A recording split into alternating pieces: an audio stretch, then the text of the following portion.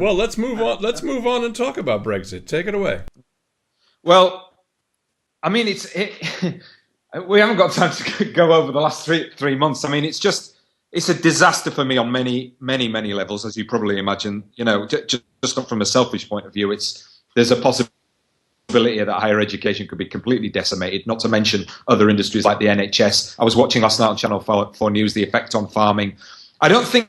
I mean, this was the issue in the campaign, that I don't think people, and I count me in this, realised the extent to which the effect of Brexit would influence so many different kinds of areas. And I think what is going to happen is that over time, we're going to work out a new deal with the Europeans that is going to allow us to free access to the market, is going to have some kind of restriction on movement so that they can say, we're trying to control immigration.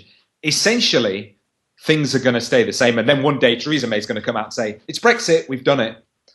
Because I just don't think that they're going to be able to do it in the ways that UKIP voters envisage. And I don't think, even if they could, it wouldn't have the effect that they wanted. Well, yeah, there's a couple issues here. I mean, first of all, the financial uncertainty. I mean, HSBC reported results down 29% for the first half, all as a result of uncertainty.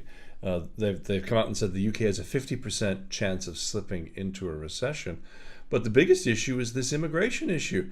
I mean, there was a report last week saying that registering EU nationals could take 140 years at the current rate in which they're doing it. And they're not exactly going to put more people into the Home Office to register everybody. So, I mean, they won their appeal against the forced Syrian refugees, you know, keeping them out. But you wonder at what point is this no longer an issue that we, you know, focus so much on. And what I'm interested in as well is the legality. These two, I think it's two legal cases that are trundling through the courts in relation to Article 50 and the invocation of Article 50. And the legal cases are saying basically that the government alone can't invoke Article 50. It has to be a vote of Parliament. Which of course I think would probably be stay in. So I'm interested in that.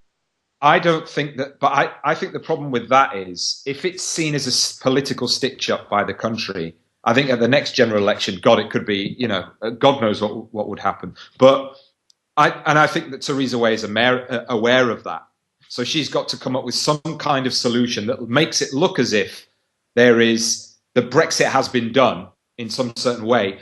But, you know, I mean, just on higher education itself, they're forecasting 16% of higher education. It could shrink by that much because of Brexit. If we can't, because, you know, that's the percentage of people who are from 16% of, because if you talk about students and you talk about staff who are EU, and if they suddenly say to them at some point, right, on you go, you can imagine any industry, and this is, you know, this is just mine, and we're not talking about the NHS or all the other things that are hugely underpinned by European labour. Yeah, it really is insane.